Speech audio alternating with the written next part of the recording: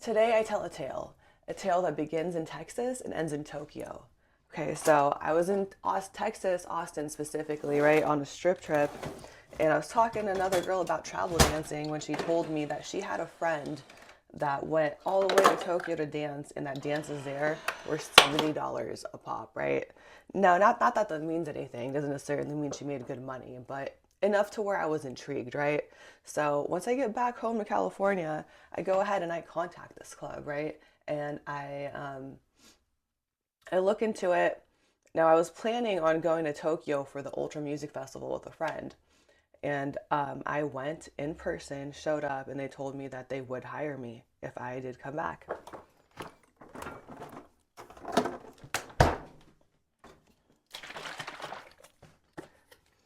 So a full year passes by before I decide to go back. And this time I wanted to make sure that I was hired, that I got my foot in the door before I went in, right?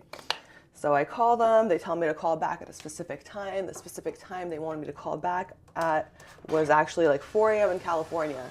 But I knew that this was part of the whole interview process, and that you have to pass this first step to make it to the second step. So I waited until 4 a.m. to contact them about auditioning, turn in some photos. It took them a full hour to reply, and they're like, sorry, we're not going to hire you. What? But I also, my hopes about getting hired weren't too high, just because I know that I don't have a work visa. So really, I'm going there illegally. It's not like there's a shortage of girls, so the odds of them just hiring me sight unseen, like, wasn't really going to be the highest. But you know what? I didn't let that stop me. I still had a full month-long trip booked to Japan. And I had it filled with other activities just in case I wasn't able to work. But so I went all the way out there, month-long Airbnb booked, showed up in person, and they're like, you know what? Okay, yes, you're hired. And that's how I spent an entire month in Tokyo, Japan by myself. I was going to Japanese school 5 days a week for 3 hours a day, and then working the club on the weekends, getting to practice the Japanese I learned in person. Now, what was it, you might wonder, that prompted me to take this leap to just spend pay double rent, 1 month in California and a month in Tokyo, go all the way out there. And it was actually, I give full credit to The 4 Hour Work Week by Tim Ferriss. That book just kind of got me obsessed with like the digital nomad lifestyle and being able to work online and make money anywhere.